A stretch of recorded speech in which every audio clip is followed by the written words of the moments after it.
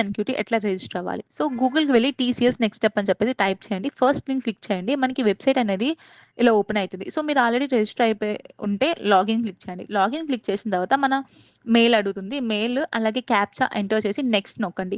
అప్పుడు మన మెయిల్‌కి ఒక పాస్వర్డ్ అనేది ఓటీపీ అనేది వస్తది. ఆ ఓటీపీ క్లిక్ చేసి లాగిన్ చేయండి. లాగిన్ చేసిన తర్వాత నెక్స్ట్ స్టెప్ అప్లికేషన్ ఫార్మ్‌కి వెళ్ళండి. అక్కడ కొంచెం టైం పడుతది ఒక్కోసారి నెట్ వల్ల, స్లో వల్ల. సో, చేసిన తర్వాత స్టార్ట్ ఫిల్లింగ్ ఫార్మ్ అని చెప్పేసి క్లిక్ చేయండి.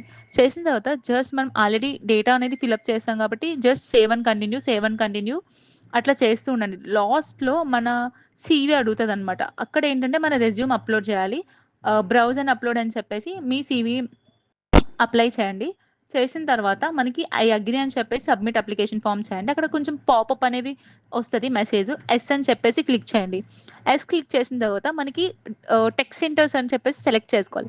మీకు ఇష్టమైన సెంటర్స్ అనేవి సెలెక్ట్ చేసుకొని ఓకే చేయండి. తర్వాత ప్రిఫర్డ్ లొకేషన్స్ ఒకవేళ మీరు ఏ జాబ్ లొకేషన్ ఏది ప్రిఫర్ చేస్తారో 3 ఇచ్చేసి సబ్మిట్ చేసేయండి. తర్వాత you have applied for recruitment drive అని చెప్పేసి చూపిస్తది.